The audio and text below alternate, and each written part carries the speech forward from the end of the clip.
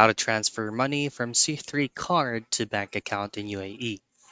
So first things first, to transfer money from C3 card to a bank account, you will likely need to use online banking, as C3 card is actually associated with C3 Bank, of course. So this service allows you to transfer funds between your account online 24/7.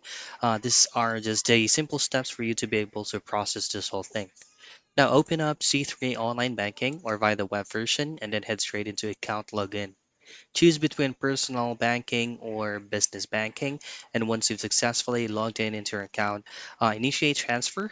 Just simply choose on transfer funds option within the online banking service, input the details, provide the necessary information such as the source of account, your C3 card account, and then the destination of bank account.